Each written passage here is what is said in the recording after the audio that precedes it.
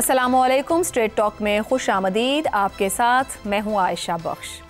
Punjab assembly की जानिब से बानी तहरीक इंसाफ और पाकिस्तान तहरीक इंसाफ पर पाबंदी की करारदाद की मंजूरी और गुज़श्ता चंद रोज़ में अता तारड़, हनीफ अब्बासी, एहसन इकबाल, राना सनाउल्लाह, मलिक अहमद खान, अस्मा बुखारी और दीगर रहनुमाओं के सख्त बयानात ने पाकिस्तानी सियासी मंजरनामे में एक नई मगर बड़ी सियासी बहस छेड़ दी है। सवाल यह है कि क्या ये सब बहस PTI और इमरान खान पर सियासी दबाव डालने की सियासी हिकमत अमली है या वाकई नून लीग PTI के खिलाफ अमली इक़दाम की जानिब बढ़ रही है। दूसरे अल्फाज में नून लीग क्या वाकई PTI पर पाबंदी का अमली इरादा रखती है या ये बयानात असल हदफ यानी इमरान खान के बयानिए को कमज़ोर करने के लिए सियासी दबाव का हथियार है।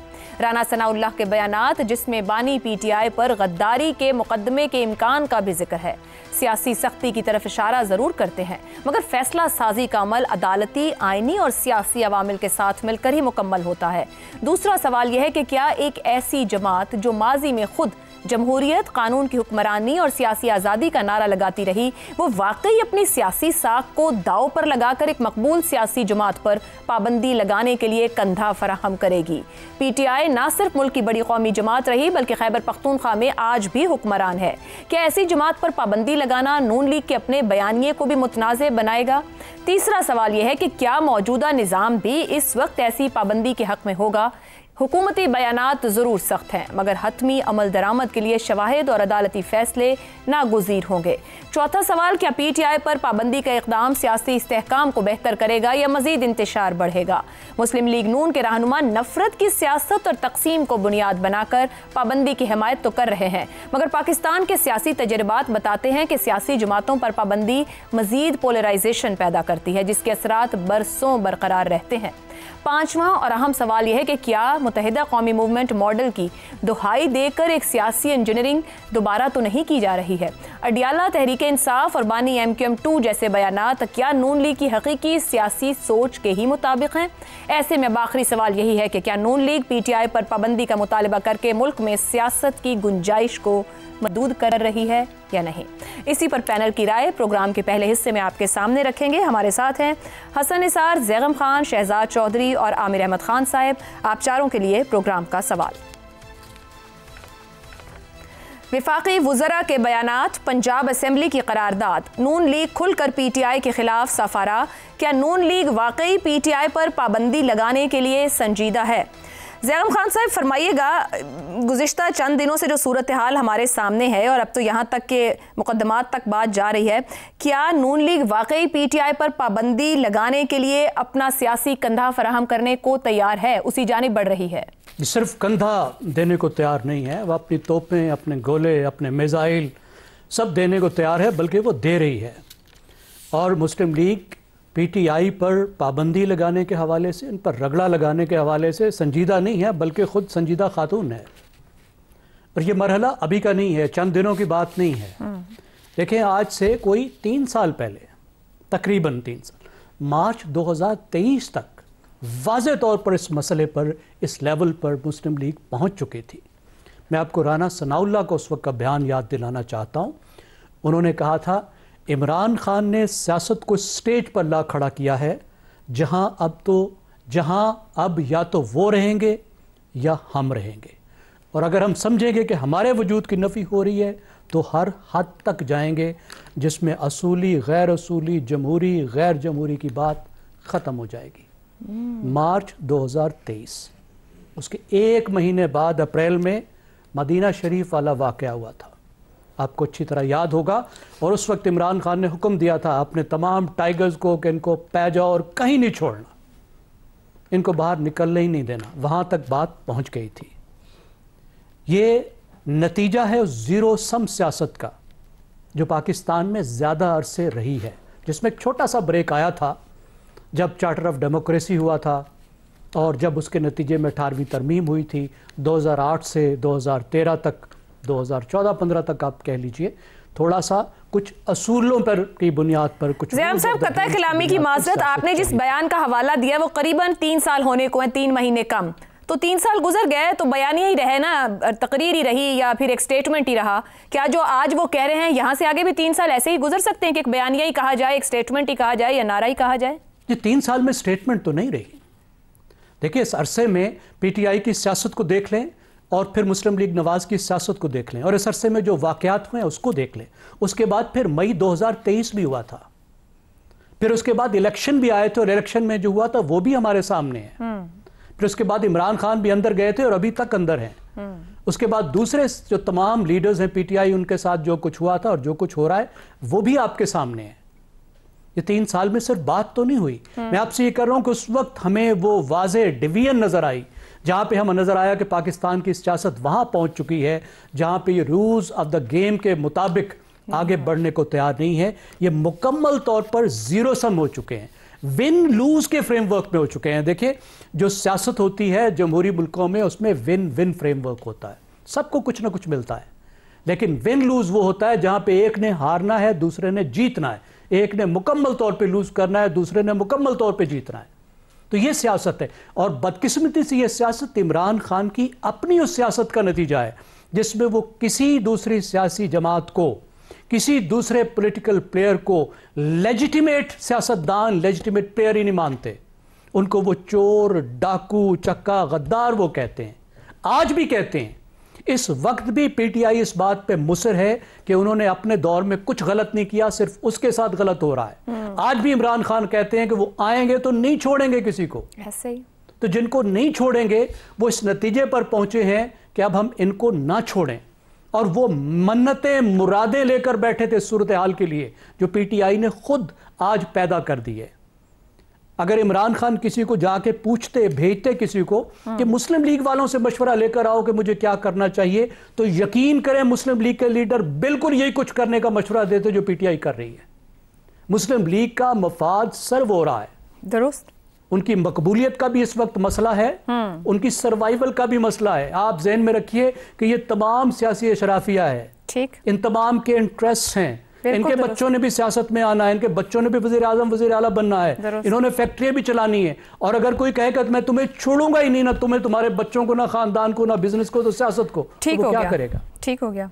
तो यहाँ पे सबको एक कदम पीछे हट के देखना चाहिए कि हमें अब आगे कैसे बढ़ना है, लेट एंड लेट लिव की सियासत कैसे करनी है। दुरुस्त हो गया। और वो सांस लेंगे, इतना गैप लेंगे तो इस मुतालिक सोचेंगे। आमिर अहमद खान साहब, विफाकी वुज़रा के बयानात और आज जो पंजाब असेंबली ने करारदाद भी मंजूर कर दी है पाबंदी को, आपके ख्याल में, जैसे जैगम साहब ने कहा ऊपर कि वो तो तैयार बैठे थे और ये तो 2.5 साल पहले से एक डिवाइड बड़ी वाज़ेह दिखाई देती, नून लीग की अपनी हकीकी ख्वाहिश कहा जाए या फिर इदारों की जानिब से पैगाम भी, और उस सूरत में फिर नून लीग आगे बढ़ रही है इस जानिब?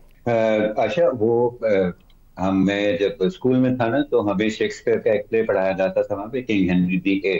उसका जो बिगेस्ट टेक अवे था वो ये था कि जो शख्स जितना डेस्परेट होता है वो उतना ही ज्यादा शोर मचाता है।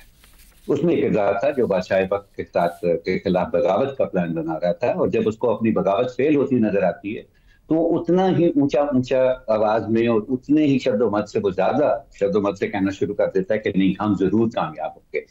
मुझे तो ये लगता है कि देखें, ये किसी ना तो इरादे का इजहार है, ना ही ये किसी किस्म की प्लानिंग मुझे इसके अंदर नजर आती है। मुझे सिर्फ और सिर्फ डेस्परेशन नजर आती है, क्योंकि अच्छा, आप एक मकबूल सियासी जमात, उसकी मकबूलियत की वजह कुछ भी हो, उससे कतई नजर पाबंदी लगाकर आप कोई आगे से रास्ता निकाल नहीं सकते। सवाल नहीं पैदा होता, सियासत का ये काम ही नहीं है। जनरल ज़ियाउल हक ने जब आए और उन्होंने सारी सियासी जमातों पर बाजमात उन्होंने पाबंदी लगा दी, एक को भी नहीं छोड़ा। आप मुझे ये बताएं कि क्या पीपल्स पार्टी का नाम खत्म हो गया? उनकी सबसे बड़ी मुखालिफ वो पीपल्स पार्टी ही थी। क्या वो खत्म हो गई वो पार्टी? वो तो आज तक है। सो ये तो नहीं है कि ये बातें सिर्फ मुझे पता है या आपको पता है, ये क्या हुकूमत वालों को पता है? वो तो सियासी लोग हैं जिस वक्त हुकूमत में, उनको भी अपनी तारीख का पता है, उनको भी ये पता है कि इस तरह की बातों से कुछ नहीं होता, सवाए इसके कि वो अपने आप को नुकसान पहुंचा रहे हैं। लेकिन ये बातें, सवाल मेरे ख्याल में एक पर्टिनेंट सवाल जिसका मैं अपने साथियों से भी जवाब सुनना चाहूंगा कि क्यों जरूरत पड़ी इस किस्म की सख्त बयानी की, उनको क्यों जरूरत पड़ी? अगर एक डिक्टेटर है, अगर एक फौजी हुक्मरान है, वो कहता है कि मैं सियासी जमातों पर पाबंदी लगा दूंगा, तो उसका तो मुझे राशनाल, उसका कोई मंतिक मुझे समझ में आती है कि हाँ, ये डिक्टेटर है, ये तो ऐसे ही सोचेगा।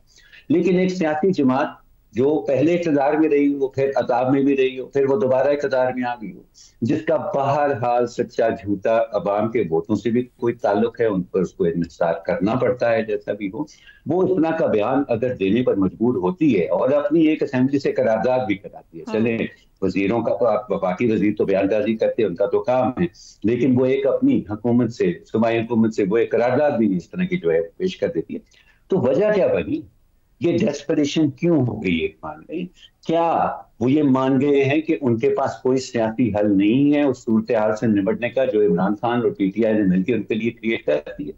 मैं वाक़ई तौर पर समझता हूँ कि ये उनकी तरफ से भी ये कोई सियासी खेल नहीं खेला जा रहा, ये एक इंटिमिडेशन, ब्लैकमेल, कोर्शन का खेल है जो पीटीआई और इमरान खान खेल रहे हैं। वो भी कोई सियासी खेल नहीं है। लेकिन क्या ऐसा सोचना पाकिस्तान मुस्लिम लीग नून के लिए जो है, जो एक सियासी जमात है विद लॉन्ग सियासी बैकग्राउंड, क्या उसके लिए मुनासिब है?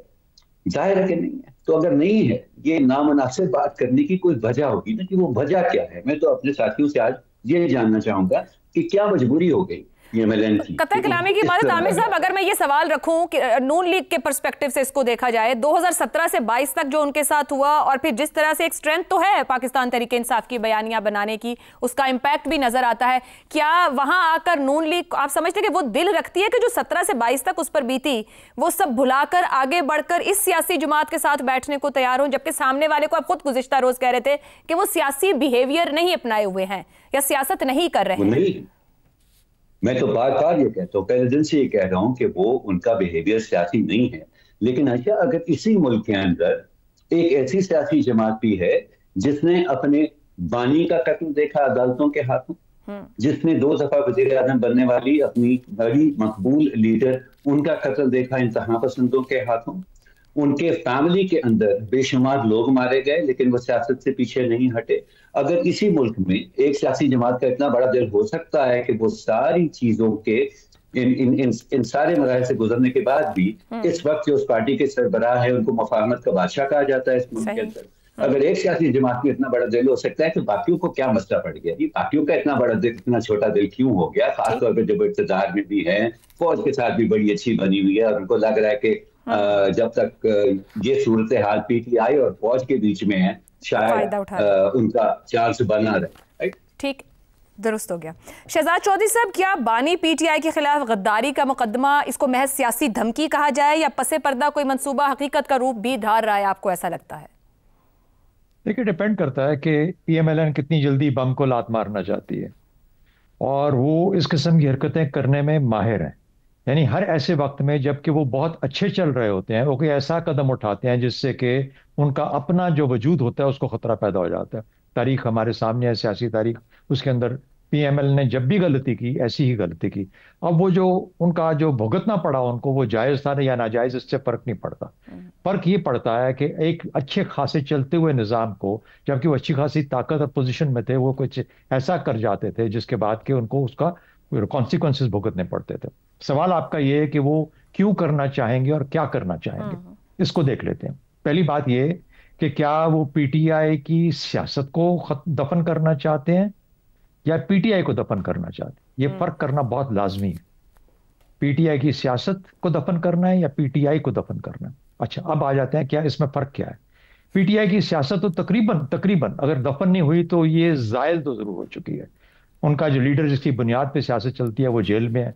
अगर आप बहुत बड़ा दिल भी करेंगे और हर हफ्ते 4-5 आदमियों को इजाजत देंगे कि जाके उनसे मिल ले, और आधे घंटे 40 मिनट की मुलाकात के अंदर वो क्या डायरेक्शन दे सकता है जब उसको बाहर के हालात का ही नहीं पता, तनाजुर का ही नहीं पता।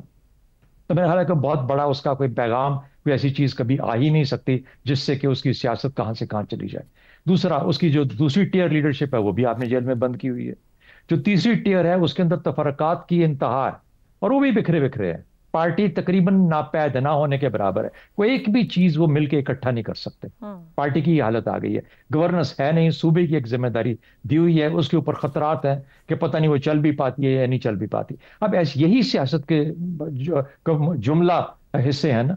अब इन सब के अंदर तो पीटीआई तकरीबन, मेरे हिसाब से सियासत तो उनकी बिल्कुल खत्म होने के करीब है। अच्छा, अब आ जाता है पीटीआई को दफन करना लाजमी है। कमाल है कि इतनी गंदी सियासत, इतनी बुरी सियासत, इतनी बड़ी बुरी लीडरशिप के बावजूद ये एक हर कोई इसको मकबूल पार्टी कहता है।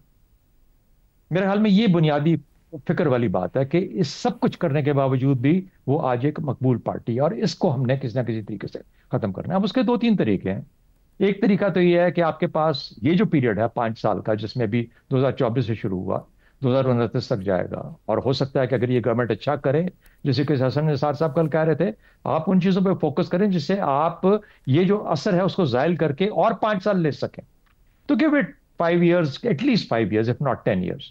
तो 5 साल में कहां से कहां बात चली जाएगी, कौन सा रह जाएगा आदमी जिसके सर के ऊपर एक कितनी मकबूलियत कायम रहेगी, हर चीज को अगर वक्त हर चीज का मदावा हुआ करता है।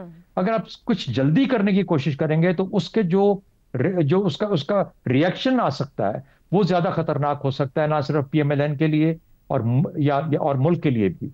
तो इसलिए उस तरफ तेजी से जाने की जरूरत नहीं है। वो चीजें जो खुद से हो रही हों, हमारे यहाँ पंजाबी में एक कहावत है, कहते हैं कि जो भागता घोड़ा होता है, वो पंजाबी तो नहीं मैं कह रहा, उर्दू में बता रहा हूँ, भागते घोड़े को कभी चाबक नहीं मारते।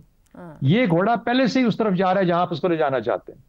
आहिस्ता आहिस्ता खत्म हो रहा है, आपने उसको बंद करके रखा हुआ है, हर चीज खत्म हो रही है। तो जल्दी करने की जरूरत नहीं है, टाइम ले लें, आपके पास टाइम है, 5 साल आपके पास है, हो सकता है इसके बाद भी 5 साल मिल जाए। तो मेरा ख्याल है कि पीटीआई में जब तक सेकेंड टियर लीडरशिप या कोई ऑल्टरनेट लीडरशिप डेवलप नहीं होती, जो कि मुझे नजर नहीं आता, इसलिए इसको घबराने की जरूरत नहीं है।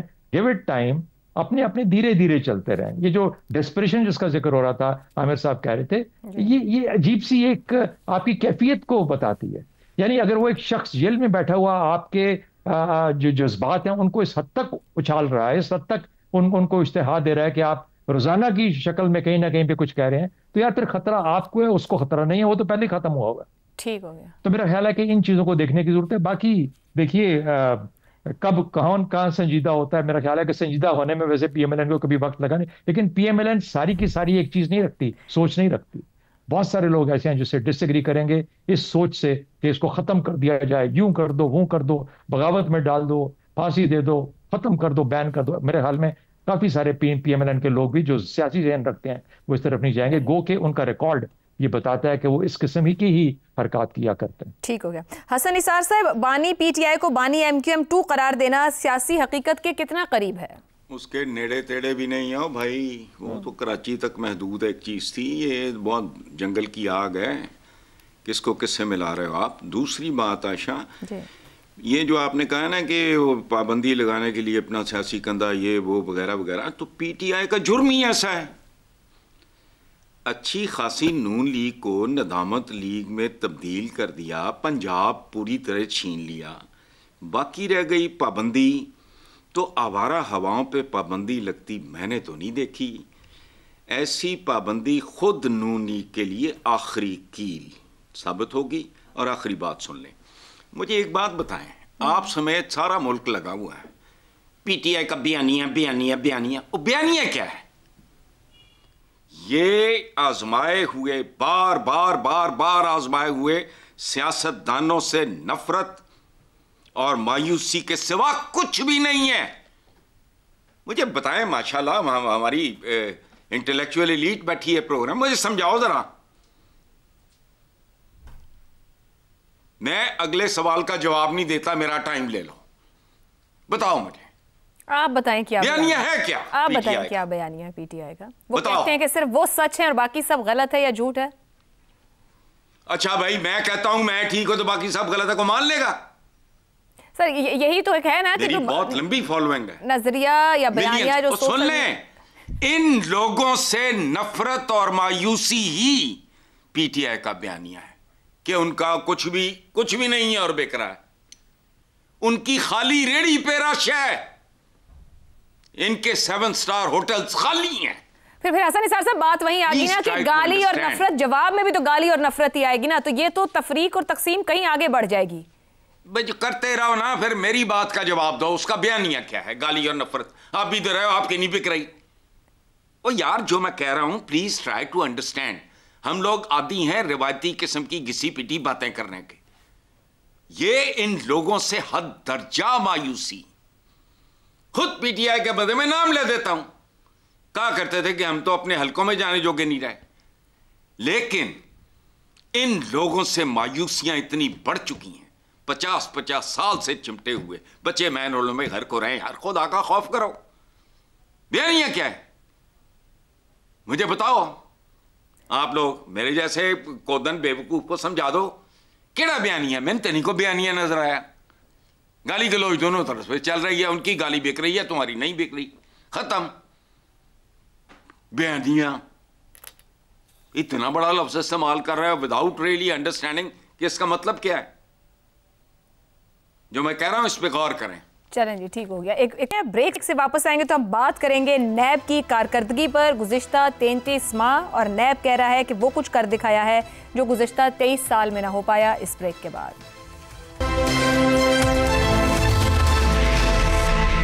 प्रोग्राम में एक बार फिर खुशामदीद। कौमी एहतसाब ब्यूरो अपने क़याम के साथ ही एक ऐसा मुतनाज़ इदारा रहा है जिसे शफ़ाफ़ियत के फ़रोग़ से ज़्यादा सियासी फ़ायदे और दबाव के लिए इस्तेमाल किया जाता रहा। मुशर्रफ दौर में नैब का किरदार सियासी इंजीनियरिंग के लिए नहायत वाज़ेह था, जहाँ एहतसाब के खौफ को इस्तेमाल करके कभी मुस्लिम लीग क़ाफ को मजबूत किया गया और कभी पीपल्स पार्टी पैट्रियट जैसी जमातें तश्कील दी गईं। मुस्लिम लीग नून और पीपल्स पार्टी की हुकूमतें भी इख्तिदार में होने के बावजूद नैब के मामले पर बेबसी का इजहार करती रहीं।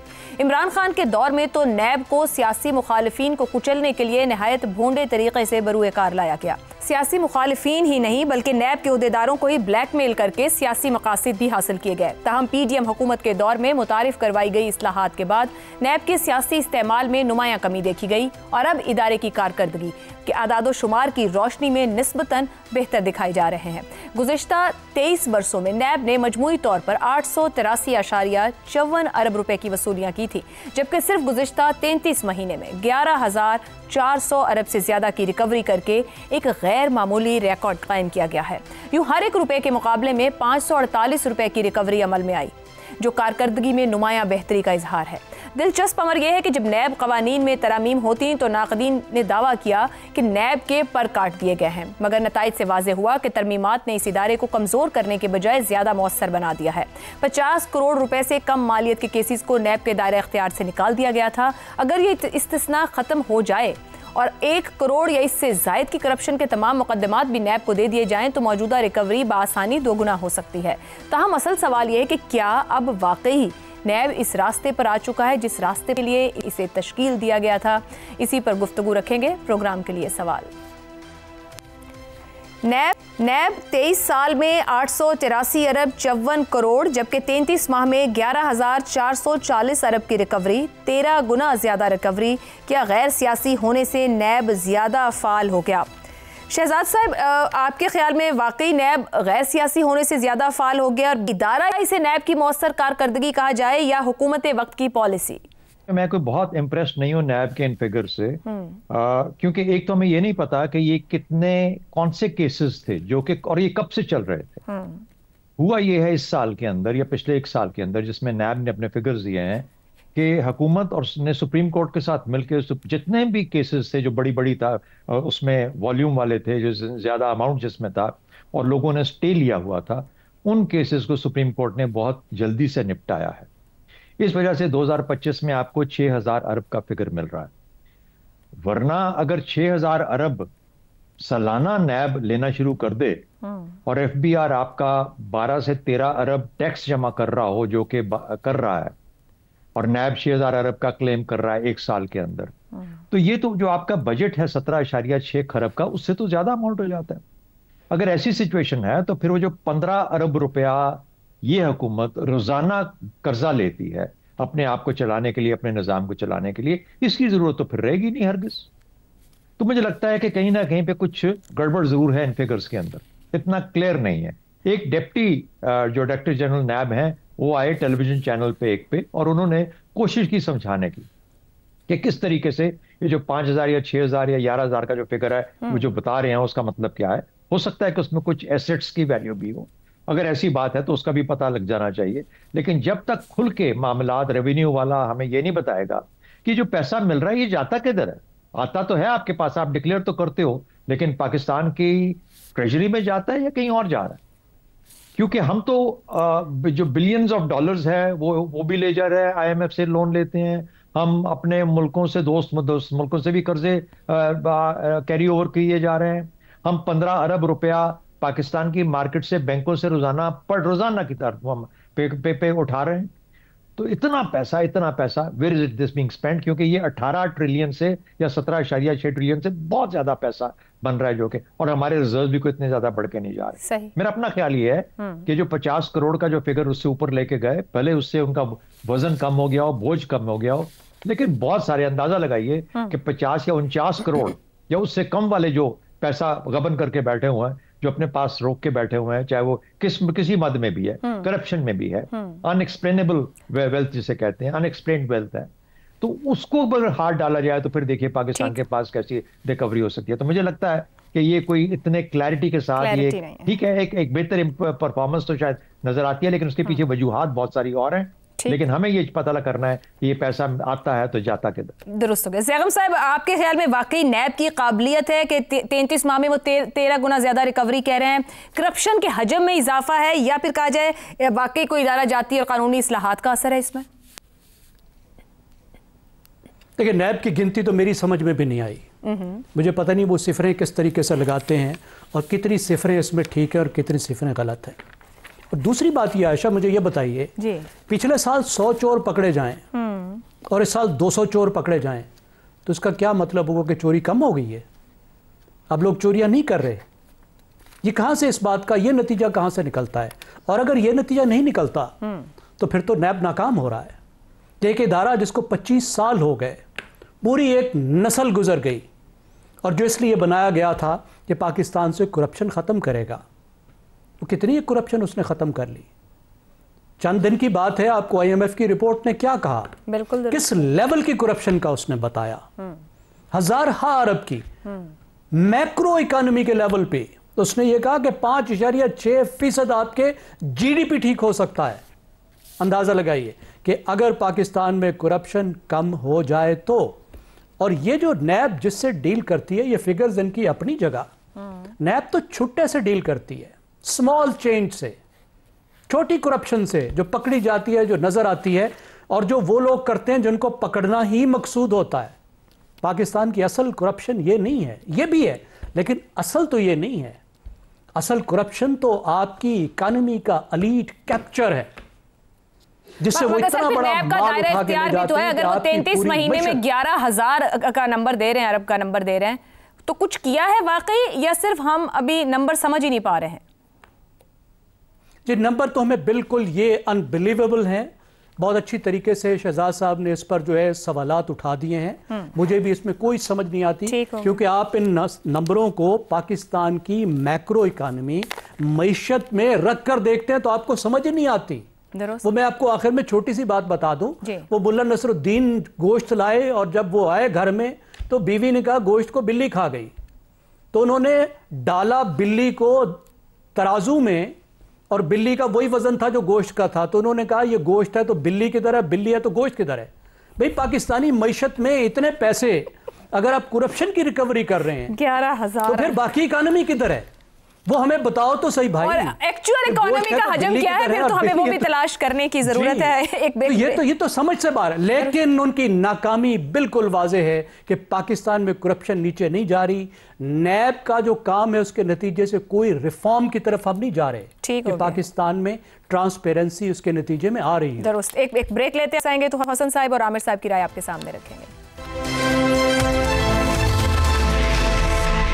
प्रोग्राम के आखिरी हिस्से में एक बार फिर खुश आमदीद। हसन निसार साहब, आपकी क्या राय है कि नैब तो इस वक्त गैर सियासी नज़र आता है, उस तरीके से नैब नहीं इस्तेमाल हो रहा कि पॉलिटिकल प्रेशर्स बनाए जाएं या इस्तेमाल किए जाएं, तो जो नंबर्स बता रहे हैं, जैसे ऊपर शहजाद साहब और ज़ैगम साहब तो नंबर्स बाय नहीं कर रहे, आपको लग रहा है कि वाकई कोई नैब ने एक्स्ट्रा ऑर्डिनरी काम कर दिखाया है गुज़िश्ता 33 महीने में? सादा सी बात है आयशा। वह सबसे पहले तो मैं ज़ैगम साहब से एक दरख्वास्त करना चाहूँगा कि जो उन्होंने मिसाल दी है वो बिल्कुल दुरुस्त है, लेकिन बीवी की जगह अगर वो मुलाजमा डाल देते तो ज़्यादा बेहतर था। ये जिन बुज़ुर्गों की उन्होंने बात की है वो उनकी बेगम नहीं, मुलाजमा थी। अच्छा, अब चलते हैं आगे। दूसरा सवाल जिस पे वजह एतराज़ किया शहजाद साहब ने भी और ज़ैगम साहब ने भी, इसका सादा ये है कि इस प्रोग्राम का क्लिप इनके करतों धरतों को भेज दो नैब के। वो उसका कच्चा चट्टा सारा बयान कर देंगे, अगले प्रोग्राम में शामिल करना। ठीक।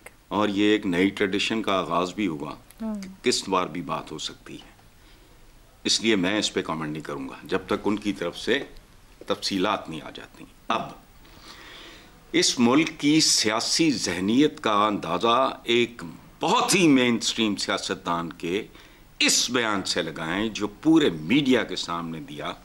फरमाते हैं, अगर मेरे असासे मेरी आमदनी से ज़्यादा हैं तो किसी को क्या, चौक में कोड़े मारो अगर मैं गलत हूं। आगे चलो। क़याम पाकिस्तान के बाद से आज तक हमारी सियासत सदा से नहूसत के सिवा कुछ नहीं है। सो अगर ये हुआ है तो ये मुल्क जितना गैर सियासी होगा उतना ही उसे अफाका होगा। और इस गैर सियासी पर इन्वर्टेड कॉमर्स गुफ्तगू में मैं तो नहीं लगा सकता, वो शामिल कर लें। मतलब मेरा ये है कि पेशावर मौरूसियत ज़्यादा सियासत का फेड आउट होना, यानी जेन्युइन सियासत का फेड इन होना। और खुदा की कसम ये एक दिन का काम है। टोटल रिकवरी आज तक जो है नैब की, टोटल आज की तारीख तक 72 घंटे हैं। चंद नाम मैं देता हूं, SHO के सुपुर्द कर दो, ले लो। ठीक हो गया, छोड़ो इसलिए फिगर्स बाकी छोड़ो। आमिर साहब, नैब की मौसर कारकर्दगी जिसका दावा नैब कर रही है, इसके बावजूद पाकिस्तान के बारे में दाखिली या खारजी दोनों तौर पर एक करप्ट मुल्क होने का तासुर क्यों है? IMF की हालिया रिपोर्ट भी इस तासुर को मजबूत करती है। देखिए, बात यह है कि अगर आप नैब की सारी बातें मान लें जो उन्होंने कहा है, आप कहेंगे ये बिल्कुल ये फिगर्स जो हैं वो दुरुस्त हैं, तो फिर तो वो उस तासर को मजीद तकवीत मिलेगी ना कि एक ऐसा मुल्क जिसमें 11,000 अरब रुपया रिकवर हो जाता है। एंड ये ना भूले कि रिकवरी का मैकेनिज्म जो होता है वो एक डील होती है। उसमें आप कहते हैं कि चलो थोड़ा बहुत आपने चोरी कर लिया, थोड़ा बहुत आप रख ले, बाकी आप हमें वापस कर दें। तो अगर 11,440 अरब रुपया रिकवर हो गया है तो आप सोचें कि चोरी कितनी बड़ी होगी। तो इससे पाकिस्तान की कोई इमेज, इंटरनेशनल इमेज जो है वो कोई बेहतरी नहीं आई, उसमें खराबी हुई है। लेकिन द की क्वेश्चन है, देखें अब ये असद साहब कह रहे हैं ना कि ये लोगों का जो नफरत है, ये 50 साल से जो लोग मुसल्लत हैं इक़्तिदार पे, वो इमरान खान का बयान है। ये देखें, ये जो आज हम नैब की ये स्टोरी डिस्कस कर रहे हैं ना, ये उसकी एक मिसाल है कि आप ऐसे लोगों को बेवकूफ बनाने के लिए, चाहे आप एक सियासी जमात है या आप कोई हुकूमती इदारा है, आप ऐसी माफौकल फितरत बातें कर देते हैं। I will give you an example Ayesha, very quickly. Doctor Asim के खिलाफ 452 अरब रुपए का मुकदमा किया गया था, जो उस वक्त 100 रुपए का डॉलर था, तो वो कुछ 4.5 अरब डॉलर बनते थे, जबकि उस वक्त पाकिस्तान का जो डेफिसिट होता था वो यही कोई 11-12 अरब डॉलर होता था। यानी कि पाकिस्तान के टोटल डेफिसिट का 1/3 तो सिर्फ एक बंदा खा गया, अगर हम आप इनकी बात मान लेना है। आज वो जो 11,440 अरब रुपए बता रहे हैं, ये कोई 45 बिलियन डॉलर बनते हैं। मुझे ये बताएं कि आप फिर IMF के पास क्यों जा रहे हैं अगर ये सारी रिकवरी हो गई है? अगर IMF आपकी 1.2 अरब डॉलर का लोन अप्रूव कर देता है, वो तमाम अखबारात की हेडलाइन क्यों बन जाती है? अगर 45 अरब रुपया आपने अपने ही चोरों से निकाल के तो हुकूमत के हवाले कर दिया है। तो इस तरह की बातें करना ना कि ये अवाम के का जो डिस्टेंस है ना फ्रॉम द गवर्निंग एलीट हमारी जो है, उस फासले को वो मजीद बढ़ाता है। बिकॉज कोई इतना बेवकूफ नहीं है जो इस तरह के फिगर्स के ऊपर यकीन कर ले। ये भी सब कुछ ये उस खराब पॉलिटिक्स के अंदर फीड करता है, उसको फीड करता है, जिसकी वजह से हम इस हालत में हैं जो आज हमारी। ठीक हो गया जी। और इन्हीं सवालात के साथ जो इस सेगमेंट में उठाए गए हैं पैनल की जानिब से, नैब के दावे अपनी जगह, मगर जो सवालात रखे गए हैं उनके जवाब भी मिलना ज़रूरी है। प्रोग्राम से इतना ही, इजाज़त दीजिए, अल्लाह हाफ़िज़।